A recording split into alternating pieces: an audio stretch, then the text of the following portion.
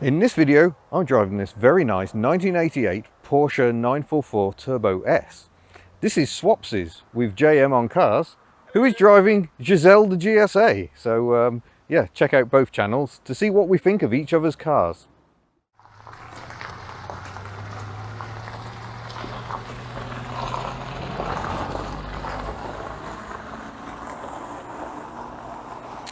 Well, there goes Giselle, which means I'm left with the Porsche 944. It's definitely the most Hubnut vehicle, I think, on JayEmm's fine fleet of cars. So yeah, do check him out, JayEmm on Cars. And it isn't just fancy stuff. He does drive fancier stuff, but he once drove a Van Pla Allegro that was russet brown. So he's clearly a man of fine taste. He won this Porsche in a competition, and very pleased he is to have won it. He wasn't expecting it. There we go, Porsche Stuttgart. And the history of these cars is fascinating. It began as the 924, which came out in 1976, launched November 1975. That was meant to be a joint development between Volkswagen and Porsche, much like the mid-engine 914. But Volkswagen had a change of management, the oil crisis, the development of the front-wheel drive cars rather focused their mind. They decided this isn't the right car for us. So Porsche bought the project back, and the 924 came out, built by Volkswagen, powered by Volkswagen because it was an Audi engine, and it actually became really successful. It was built in Neckarsulm, I think it is. Correct me if I'm wrong, Germans, I'm very, very sorry. That was the former NSU factory, and well, I suppose they were still making Row 80s at that time, but on a very small scale. They needed to make use of that factory, and so they made the 924, and I think the 944s were also made there. But the 924 got criticism for not being punchy enough, not being Porsche enough, so Porsche developed it further into the 944, which came out in 1982. Big fat arches covering wider tyres, but the main difference was this now has a Porsche engine. So let's take a look at that. So we just find the flap, there we go, and we've got telescopic struts. And here is the engine. It's a big old slant 4. It's loosely based on the 928 engine, so it's sort of half a 928 engine, but really that's just where their thinking started. You can't swap any parts between the two engines.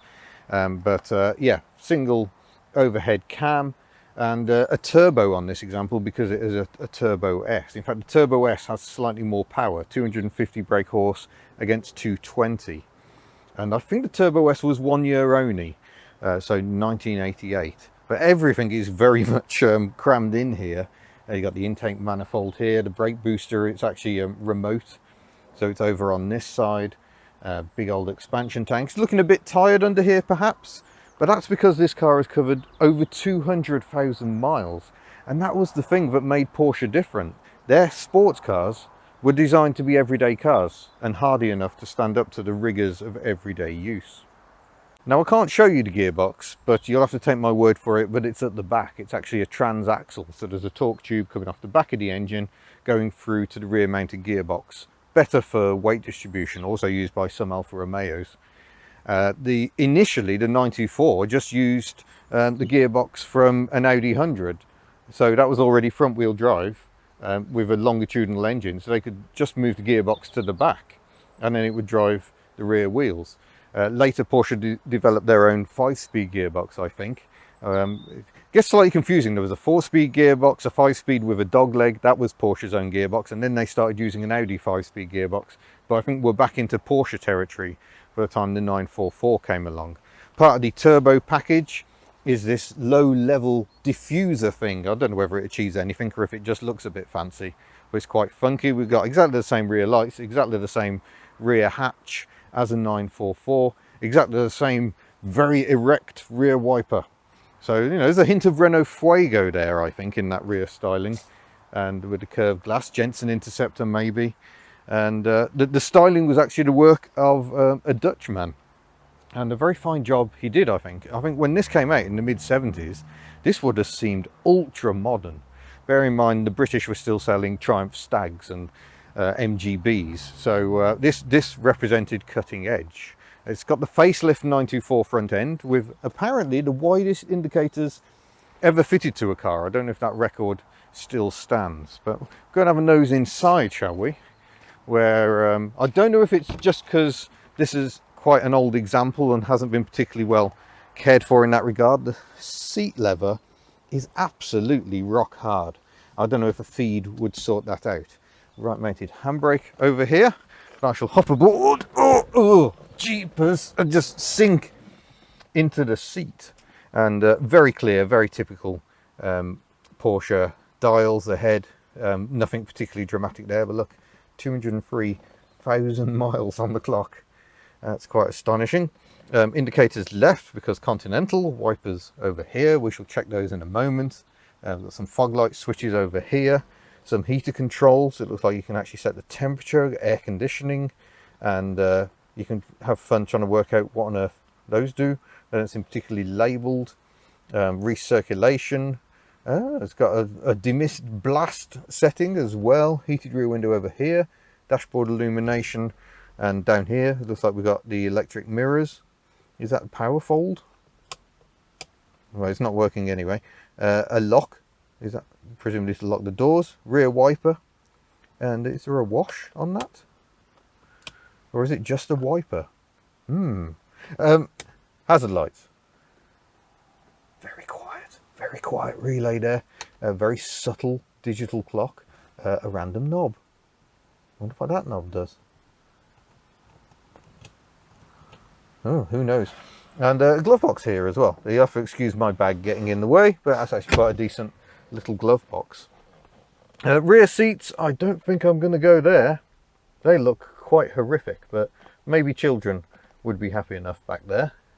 And we'll go and have a look at the boot. Apparently there is a release down here somewhere for the boot. There we go. Because it's actually solenoid operated. Which JayEmm has discovered is a bit of an issue, because this had a problem with the fans running all the time, draining the battery. But there's an isolator there. But if you turn that off and then shut the hatchback, you can't open it, because despite the fact the key there and the latch is there, like I say, it's a solenoid, so it doesn't help. Quite a big hump there. I'm guessing that's a spare wheel down there, and the fuel tank means this is quite a shallow storage area. Room for a car cover and a Vimto. Oh no, JayEmm forgot his drink.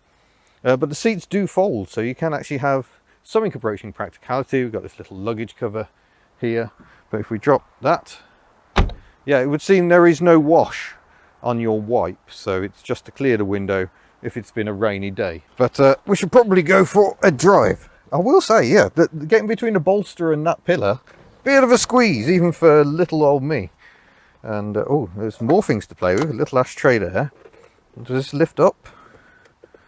How does that work? Oh, there we go. We're in. That's the shallowest center console thing I've ever seen. A spare bulb for a dashboard light. But yeah, that's about it. I shall get the mount set up and we'll go for a drive. I haven't driven a 944 for years, so this is going to be interesting. Oh, something else interesting. Going back to engines, 2.5 litre 4-banger. And that's the smallest engine they fitted to the 944. They later fitted a 2.7 litre to the S models, and the S models started to take away from the turbo because they were a bit more usable in real road conditions. And then they did a 3 litre version, so a 3 litre 4-banger. I'm not sure if it still holds the record for the largest production petrol 4-cylinder engine. I know Mitsubishi have done a 3.2 4-banger in Shogun as a diesel. But yeah, that's a big lump of engine. There's twin counter-rotating balance shafts to make it very smooth. So shall we see whether that actually works?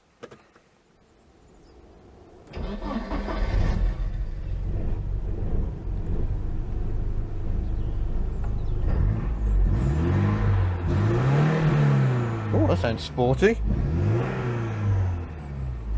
Certainly does sound smooth as well. The oil pressure is going through the roof. It's going above 5. Excellent. Right, we'll get you in the mount and head off. Okay, I'm working the switches out. That's the switch between side when you're operating the electrical adjuster. So that's the passenger side. That's a slightly ropey sounding driver's side. Wipers before we go. Wow.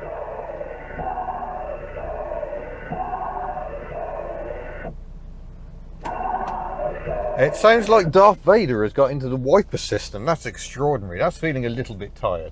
Doesn't come particularly close to the windscreen, but there's just enough overlap to avoid a triangle of doom, so that's pretty good. Cool, clutch is firm, I'd say. Handbrake down to my right. I'm going to put some lights on because it is quite gloomy today. Where is the light switch? There it is. Completely out of my view. You could see it. Pop-up headlamps, of course. We'll have a look at those later. So yeah, the ride is definitely firmer than a Citroen GSA, I would say. Yeah, plenty of creaking leather. It's like being in an old Rolls Royce.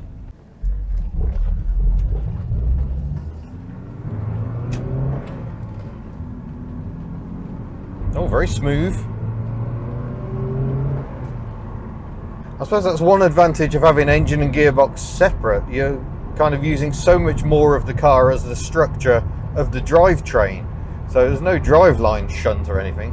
Oh yeah, feels very pleasant. I can feel the turbo gently boosting away. I've got a boost gauge so I can see what's going on. Quite a bit of road noise though. I'm finding that a bit surprising. That is destroying the serenity somewhat of what was meant to be a user-friendly sort of GT car, really. A bit of tram lining going on too. Big fat tyres. Yeah, that is a lot of tyre noise, blimey. Yeah, certainly a really nice driving position. Steering wheel just falls nicely to hand. It's got these spokes across the middle, so it's not obscuring the dials. Very, very typically Porsche, really. But yeah, this is what Porsches tend to do so well, just pottering about. They're really, really pleasant. They're really, really user-friendly. We're doing 40 miles an hour in fifth at the moment, about 1500 revs, and it just feels really nice. So in an interesting move to create a better entry-level Porsche, they stuck the 944 engine into the 924 to create the 924S. So if you want a slightly older, slightly entry-level Porsche that's still got a really nice bit of shove to it, a 924S is a pretty good way of achieving it, and a very Hubnut Porsche, if ever there was one. But the 944 ended up being a huge success for Porsche. Well over 130,000 examples built, plus another 150,000 of the 924. So it brought a lot of people new to the mark, who might well then have upgraded to a 911 or a 928. This car may have more miles on it than I realised, because the odometer is not working. So 203,000 miles could have been a long time ago. In which case, this car is an absolute credit to both Porsche and previous owners, because it just doesn't feel that old. The steering wheel doesn't seem to have worn particularly. The gear knob's still okay. That's a pretty impressive record. It's slightly better access to the handbrake than in a Fiat Multipla. Oh, national speed limit. Oh yeah, that's feeling perky. Ooh! Oh, that's brisk. Oh, that's too brisk. Yeah, that is punchy. But it's very typical of a lot of turbocharged cars. When it comes to using them on the road, by the time you're hitting the sweet spot of boost, you're kind of running out of speed limit. Yeah. No, I'm not sure I could live with that ride.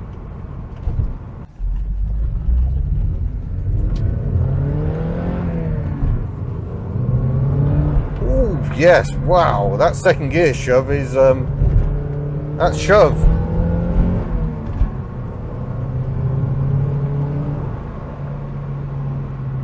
But the brakes, the brakes do work, they just don't feel very, very robust. I don't know if there's a crossbar going on, because we know the brake servo's over there. Maybe the master cylinder is as well. And all cars that have that setup tend to have a slightly mushy feel to the brake pedal.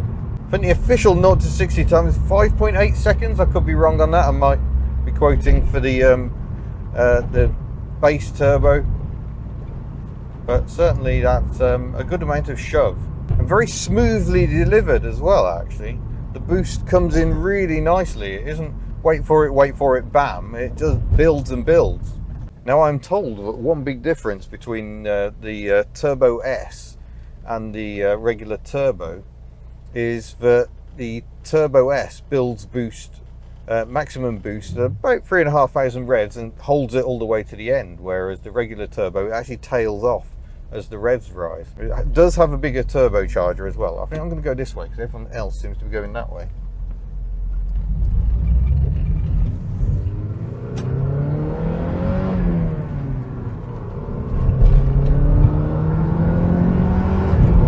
Oh yes. Oh yeah, that gets very naughty very quickly.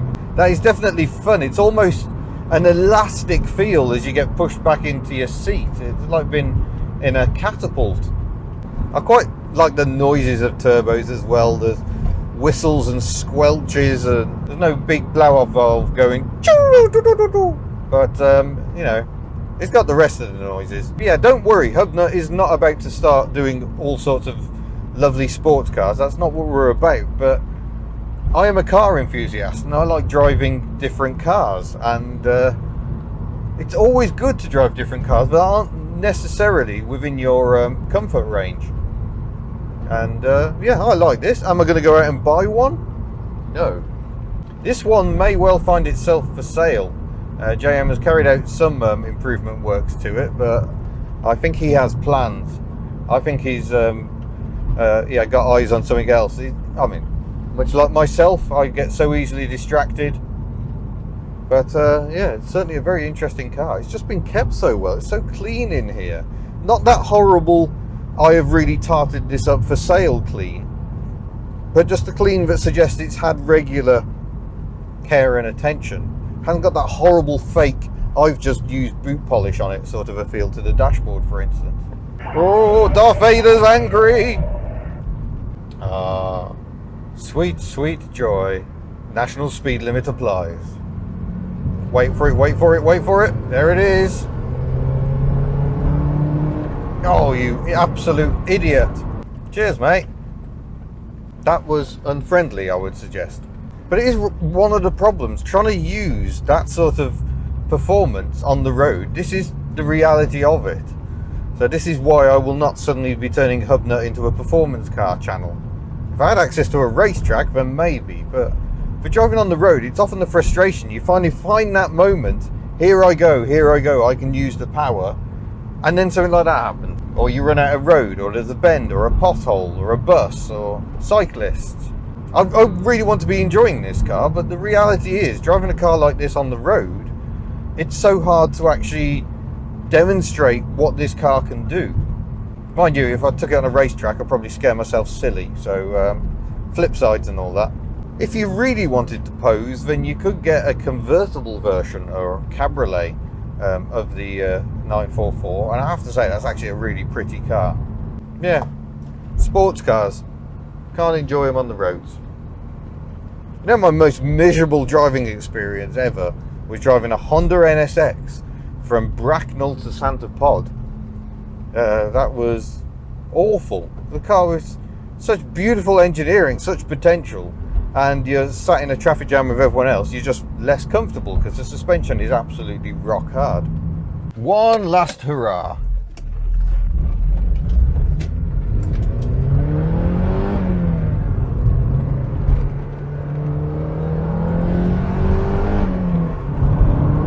Oh, jeepers, that is yeah, that is exciting and slightly non-law abiding. That's just hold it round the bend to steer it in, or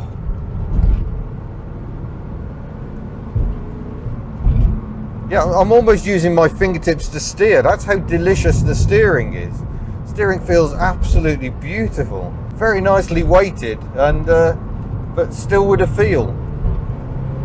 Woo-hoo! Yeah, I do get it. I do get it. It's just, I just want those moments to keep coming, and I find, especially on the public road, driving something with less power, like my Citroen GSA that I'm in at the moment. I wonder how JayEmm's getting on with it. it's better, it's more fun because I can exploit more of the car's potential, but I don't have to go lunatic quick. In this, really, to feel how good it is, you've got to drive it very quick indeed. I mean, fine, it's competent for driving around this slowly, but this isn't what it was built to do. Still, I am hugely grateful to JayEmm for the opportunity. It's always nice to try different things, and this has definitely been interesting. I'm very happy to be driving this car, but equally, this isn't one of those cars. Sometimes I get back from one of my tests, I don't want to give the car back. On this one, it'd be like, yeah, that was lovely, thank you. I shall now get in my comfortable Citroen. So there we go, a very, very accomplished sports car indeed. But I'm still not a sports car person. But what impresses me most, I think, is the engineering. That car feels so solid, despite having covered perhaps well over 200,000 miles with a stuck odometer. We've no idea. But yeah, drives really well. And that turbo power delivery, it is addictive. It's just frustrating you can't use it on the road.